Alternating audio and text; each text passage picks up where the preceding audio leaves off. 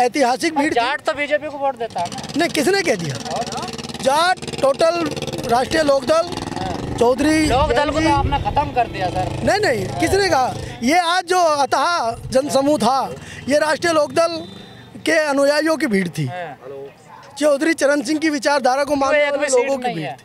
देखिए क्यों नहीं है, वो एक जो जुमले इन्होंने छोड़े थे, लोगों को बहकाने का काम मोदी जी ने और योगी जी ने किया था, अब उसको जनता समझ चुकी। दो बार बहक गए आप लोग। बिल्कुल बहक जाती है पब्लिक। तो आप क्या गारंटी अपनी बहकोगे? नहीं बहकेंगे। क्यों?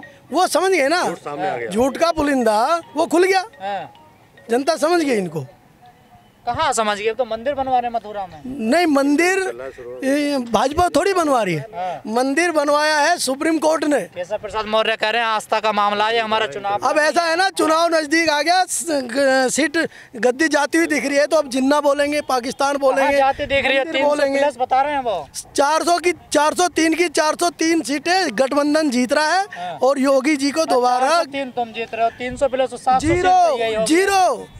0 भाजपा प्लस गठबंधन 0, 403 सीटों पे गठबंधन, जिसमें सुहेल देव, भारतीय समाज पार्टी, राष्ट्रीय लोकदल और समाजवादी पार्टी का जो ये महागठबंधन है, ये 403 सीटें जीत के लड़का तो विदेश से पढ़ के आया, लंदन से पढ़ के आया था, बहुत शांत स्वभाव का है, बड़ा अच्छा लड़का, बड़े तमीज से बात करता है। एक लड़का इनमें ऐसा है जो मंच पर धक्के मारता है अपने बाप को, अपने चाचा को। कैसे मिलेंगे दोनों? देखिए, न तो किसी ने अपने बाप चाचा को धक्का मारा। अखिलेश जी बहुत सभ्य और शालीन नेता हैं, पढ़े लिखे हैं, वो तो मंच पे दिख रहा था कितने सभ्य शालीन है। नहीं, वो देखिए सबका नजरिया है, आप किस नजरिए से देख रहे हैं वो तो आपने नहीं देखा मंच पे? नहीं, हमने नहीं देखा। किसको धक्का लगा मंच पे? कोई धक्का मंच पे नहीं लगा। रही जैन जी, वो चौधरी चरण सिंह जी की विरासत है, और आपने खुद कहा कि शालीन है, और जब दोनों नेता एक साथ बैठ के काम करेंगे प्रदेश की जनता के लिए, तो निश्चित रूप से विकास की गंगा बहेगी। सर क्या नाम है आपका? डॉक्टर इरफान जी। मुस्लिम क्यों वोट दे सपा? मुस्लिम इसलिए वोट देगा कि मुस्लिम बेहद परेशान है इस सरकार में, और जितने दलित और मुस्लिम दोनों मिलकर के जितना अत्याचार हुआ है इस सरकार के अंदर, इतना किसी और कम्युनिटी के साथ नहीं हुआ है। इसलिए दलित और मुस्लिम दोनों ही मिलकर के इस गठबंधन के साथ हैं। सपा सरकार में मुसलमानों के ऊपर अत्याचार नहीं हुआ? सपा सरकार में नहीं, बल्कि किसी और सरकार में कभी अत्याचार नहीं हुआ। अखलाक कांड नहीं हुआ? मुजफ्फरनगर दंगे नहीं हुए? नहीं, मुजफ्फरनगर दंगे किसने कराए? सरकार किसकी थी? मुजफ्फरनगर दंगे कराने वाले यही लोग थे। सरकार किसकी थी? जिनको आज जनता नकार रही है, जिनको जनता यहाँ से भगाना चाहती है, यही लोग दंगा करने वाले थे। सरकार किसकी थी? लॉ एंड ऑर्डर सरकार किसी की और, लॉ एंड ऑर्डर किसी को, लेकिन दंगाई यही लोग थे जिनको जनता ने नकार दिया। अब सरकार आएगी तो फिर दोबारा दंगे होंगे? इसका मतलब कभी दंगे नहीं होंगे। अब भाईचारा जो है इतना कायम हो चुका है यहाँ पे, हिंदू मुस्लिम, जाट मुस्लिम, दलित मुस्लिम, इतना कॉम्बिनेशन अच्छा हो चुका है, अब यहाँ दंगे नहीं होंगे। एक साल से हम गाजीपुर बॉर्डर पर देख रहे हैं भाईचारा कितना बढ़ रहा है। कह रहे हैं मुस्लिम टाइट है इस सरकार में। मुस्लिम बिल्कुल टाइट है, लेकिन गठबंधन के लिए टाइट है। समझ रहे हैं आप? गठबंधन जो है महारैली होकर के यहाँ तक आया, परिवर्तन रैली तक। अब ये परिवर्तन तो आपको दिखाई देगा 2022 से लेकर के 2024 तक। जो मुजफ्फरनगर दंगा हुआ या अखलाक कांड हुआ, तमाम जो कांड हुए, उसे आप बीजेपी को जिम्मेदार मानते हैं? बिल्कुल बीजेपी जिम्मेदार थी उसमें, बीजेपी के लोग जिम्मेदार थे उसके अंदर। दंगा कराने वाले यही लोग थे हमेशा। आज वो दंगाई बिल्कुल एकदम त्रस्त हो गए, उनको ये लग रहा कि मैं कहाँ भाग के जाऊं। आजम खान जेल में है, क्या कर रहे हैं अखिलेश यादव? आजम खान जेल में है, अखिलेश यादव अपनी अब बराबर उनकी पैरवी कर रहे हैं, लेकिन चूंकि कानून कोर्ट अपना पैरवी कर रहे हैं। लोगों ने विरोध करा तब तो हॉस्पिटल में देखने गए। नहीं, वो ठीक है, लेकिन कानून अपना काम कर रहा है। कानून से बढ़ के ना तो अखिलेश यादव हो सकते हैं, ना जैन चौधरी हो सकते हैं, ना हिंदू हो सकता है, ना मुस्लिम हो सकता है। कोर्ट तो कोर्ट है, कोर्ट की प्रक्रिया बराबर जारी है, और जल्द ही आजम खान बाहर होंगे। जी सर, आपका क्या नाम है? संजय सिंह। क्या लग रहा होगा परिवर्तन? बिल्कुल परिवर्तन तो निश्चित है। परिवर्तन ऐसा नहीं है, परिवर्तन तो ये भारतीय जनता पार्टी वाले खुद ही कराए। देखो माहौल होता है, माहौल इनके पक्ष में हुआ, इनकी सरकार आ गई, इनके कर्म ऐसे रहे, इन्होंने माहौल अपने खिलाफ कर लिया खुद ही। माहौल 15 दिन में बनाते हैं बीजेपी वाले। देखो, काट की एक बार चढ़ती है, पुरानी कहावत है। तुमने 3 बार, और इनकी 2 बार चढ़ गई। 3 बार 17 का चुनाव नहीं जीते। अब ये खत्म हो गया मामला। अब नहीं, बार बार नहीं कोई पागल बनता। आप किसी को एक बार पागल बना लोगे, 2 बार बना लोगे, हर बार थोड़ा बनाओगे यार। इनका काम खत्म हो चुका। 22 में उत्तर प्रदेश से साफ हो जाए, और 24 में दिल्ली से। ये गन्ना बेल्ट है सर, बीजेपी खुला कह रही है कि गन्ने वाले जो है ना, जिन्ने वालों को जानते हैं। गन्ना चलेगा यहाँ, जिन्ना पिन्ना नहीं चलता। यहाँ गन्ना ही चलता है। पर अखिलेश जी का तो प्रेम जाग रहा है जिन्ना के लिए। नहीं जाग, गलत बात है। देखो अखिलेश जी सेकुलर लोग हैं, समाजवाद की बात करते हैं, सबको साथ लेकर चलते हैं। समाजवाद या परिवारवाद? नहीं, परिवारवाद नहीं, समाजवाद। कितने नेता उनके परिवार में? अरे तो होता है यार, हम किसान है, मेरा बेटा किसान होगा, मेरा बाप किसान था, ये भी कोई बात है? अरे पैतृक काम है, वो तो होगा ही होगा भाई। बीजेपी इसी पे फांसेगी आप लोगों को? कैसे फांस देगी? राजनाथ सिंह का बेटा परिवारवाद नहीं है, अमित शाह का बेटा बीसीसीआई का सचिव बनेगा वो परिवारवाद नहीं है, प्रेम कुमार धूमल का बेटा बनेगा वो नहीं है, अनुराग ठाकुर परिवारवाद का चेहरा नहीं है, गोपीनाथ मुंडे की बेटियां परिवारवाद नहीं है। सर सचिन जी कांग्रेस को इसी मुद्दे पे बीजेपी ने खत्म कर दिया, देख लो क्या हाल है कांग्रेस का। मैं आपसे जानना चाहता हूँ, आप भी पढ़े लिखे युवा हैं, मैं कहता हूँ क्या भाजपा में परिवारवाद नहीं है? आप जवाब दें इस बात। बिल्कुल है, क्यों नहीं है? तो फिर दूसरे पे उंगली किस बात से उठाती है? लेकिन आप खुद आप मीडिया के लोग चौथा स्तंभ है समाज का, और निश्चित रूप से आप लोग भी समझ चुके हैं योगी और मोदी की सरकार में आपका भी उत्पीड़न होने का काम हुआ है, नहीं हुआ है तो आप कहिए, और हमारी जब गठबंधन की सरकार होगी हम आपको सम्मान देने का काम करेंगे। पिछले 1 साल से किसान आंदोलन चल रहा है बॉर्डरों पर, ठीक है ना सर? 19 तारीख को जैसे मोदी जी ने कहा कि हम कानून वापस ले रहे हैं, उससे पहले जो किसान नेता राकेश टिकैत वो कह रहे हैं मिशन यूपी रहेगा, लेकिन अब वो मिशन यूपी की बात नहीं करते। नहीं, मिशन यूपी देखो, किसान संयुक्त किसान मोर्चे की क्या निर्णय उनके हैं क्या नहीं है, हम लोगों का समर्थन आंदोलन के साथ था। नहीं, पहले किसान यूपी मिशन कहते थे ना। नहीं, वो क्या कहते हैं उस पर हमें चर्चा नहीं करनी। वो राकेश जी का वक्तव्य है, वो किस एंगल से अपने आंदोलन को चलाते हैं, क्या उनकी मंशा है। तो क्या कोई प्रभाव नहीं है उनका इस बार चुनाव में? नहीं, हमने नहीं कहा कि प्रभाव है कि नहीं है, हम जानते हैं कि जयंत चौधरी जी का प्रभाव है, अखिलेश यादव जी का प्रभाव है, माननीय चौधरी चरण सिंह जी की विचारधारा जिसको चौधरी अजीत सिंह जी ने अपने पसीने से सींचा था, उसका प्रभाव है। अगर टिकैत साहब कहने लगे कि बीजेपी को वोट डालोगे आप? नहीं, क्यों कहेंगे? अगर कहने लगे नहीं, कोई नहीं, ऐसा क्यों डालेंगे? क्यों डालेंगे? पिछली बार दिया था ना। हाँ, तो वो उनका अपना विवेक है, वो है राजनीतिक संगठन है, वो अपना जो निर्णय करें। हम चौधरी चरण सिंह जी की विचारधारा के लोग हैं, ठीक है ना, हम जरूर स्वागत करते हैं टिकैत जी आए, हमारे साथ खड़े हों, हम उनके आंदोलन में खड़े हैं। इस आंदोलन को ताकत देने का काम, आपको याद होगा जब राकेश टिकैत जी रोए मोदी सरकार के रवैये के कारण, तो चौधरी अजीत सिंह जी के एक फोन कॉल से आंदोलन जिंदा हुआ था।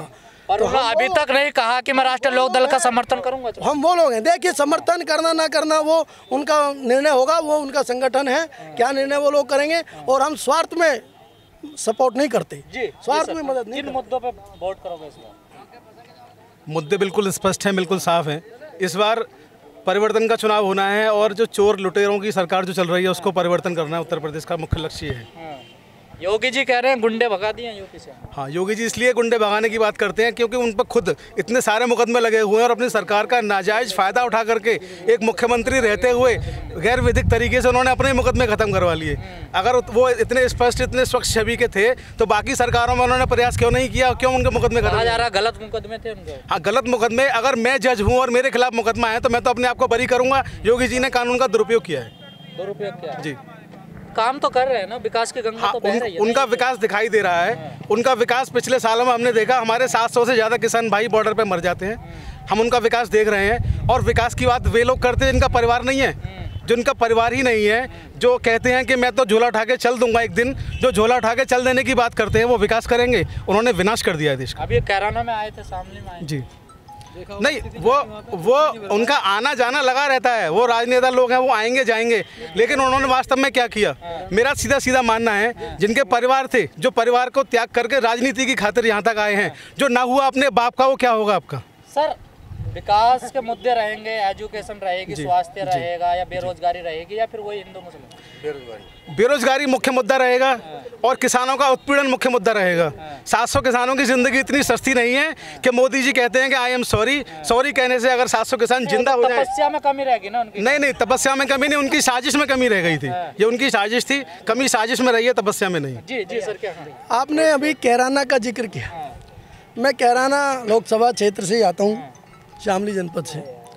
कैराना में प्लान का मुद्दा बाबू हुकुम सिंह जी, इनके पूर्व सांसद थे, उन्होंने उठाया था।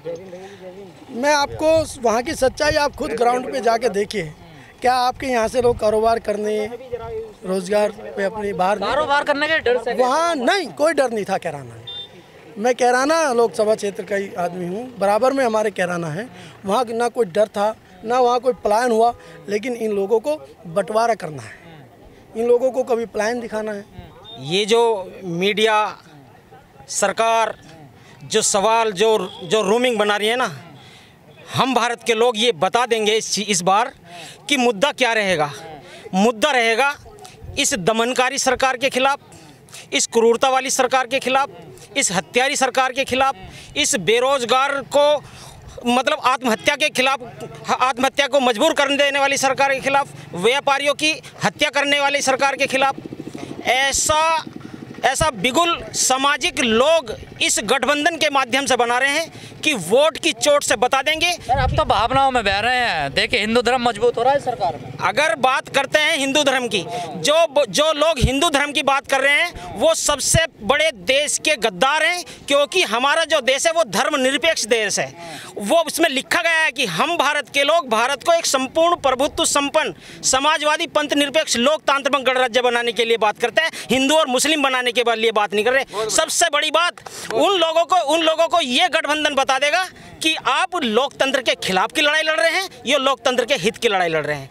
ये जो सरकार जो चला रहे हैं वही लोग बुद्धिजीवी नहीं हैं, वही लोग डिसीजन लेने वाले नहीं हैं। अब लोग सड़कों पे आ गए हैं और जब सदन आवाज़ नहीं सुनती है ना, जब सदन काम नहीं करता है तो ये सड़क जो है नहीं गूंगी बहरी है।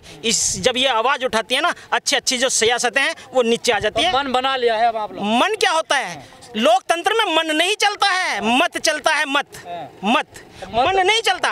मन की बात से तो लूट होती है, खसोट होती है, धोखा होता है। मन को मैं बिलीव नहीं करती। जिसे मैं जानता नहीं उसे मैं मानता नहीं। मन को मैंने कभी देखा नहीं। मन शरीर का कोई हिस्सा नहीं है, इसलिए उसका कोई किस्सा नहीं है। लोकतंत्र चलेगा मत से चलेगा, जनमत से चलेगा। जिसके साथ जनमत होगी, चाहे वो सरकार कोई भी हो। जरूर किसने कहा है ये जो गैंग बना के जो काम कर रहे हैं लोग, ये जो संविधान के माध्यम से जो तरह तरह के जो नई जो पार्टियां बना रहे हैं और एक जत्थे के रूप में एक वर्चस्व स्थापित कर रहे हैं, किसने कहा? कौन सी आर्टिकल में लिखा है कि आप है नहीं पार्टी के बेस पे ही आप संविधान में जा सकते हैं, विधान परिषद में जा सकते हैं? लोकतंत्र की जो आवाज़ उठाएगा जमीन से सदन तक, वो इस लोकतंत्र की रक्षा करेगा और उसकी आवाज़ ये जो पूरा अवाम है, पूरा भारत है, वो बनेगा। जब आंदोलन होगा, जब शोषित पीड़ित वंचित किसान मजदूर के एक साथ आंदोलन होगा, तब हमारे शोषित पीड़ित मजदूरों की किसानों की सरकार बनेगी और तब तक वो लोकतंत्र में मजबूती से अपनी दावेदारी रखेगा। आज वो आ रहा है, तब वो आंदोलन नहीं हुए हैं, आज वो आंदोलन हुए हैं। तब इतनी क्रूरताएं, इतनी हत्याएं किसी सरकार में नहीं हुई हैं जितनी हत्याएं, जितनी बेरोजगारी, जितनी क्रूरता, जितनी बलात्कार, जितने उत्पीड़न, जितनी लूट, जितनी आत्महत्याएं इस सरकार में होनी है, कभी नहीं हुई। मैं नहीं बता रहा, NCRB national crime record bureau का रिकॉर्ड बता रहा है कि इस बार व्यापारियों ने 11,700 से ऊपर आत्महत्याएं की हैं। किसानों की तो अभी लोग है नहीं, केवल ये देख रहे हैं कि किसान मर रहा है। किसान को मरा नहीं है, मारा गया है। और मैं तो ऐसे मतलब मेरा जो देश का प्रधानमंत्री है, मैं तो ऐसे प्रधानमंत्री को क्या संज्ञा दूं जिसने ऐसा काला कानून प्रस्तुत करने के बाद में और केवल ये कहा कि मैं कुछ लोगों को समझाने में असमर्थ रहा हूं। निंदनीय बयान है, क्योंकि आप एक भी व्यक्ति के लोकतंत्र के एक भी प्रहरी की आप हत्या नहीं कर सकते हैं। और अगर आपने ये जो उठाया है, इसका खामियाना जितने भी जहाँ पे भी किसान आंदोलन हुए हैं, जो भी क्षति हुई है, जो भी उसका इन्वेस्ट हुआ है, वो उसमें केंद्र सरकार को और राज्य सरकार को देने की उसकी पूरी जिम्मेदारी है। और अगर ये ऐसा नहीं करती है तो ये जो जागरूक लोग हैं, ये जो शोषित पीड़ित लोग हैं, ये जो ऐसे ऐसे लोग जो नेतृत्व करने के लिए आ रहे हैं, ये लोग वोट के माध्यम से बता देंगे।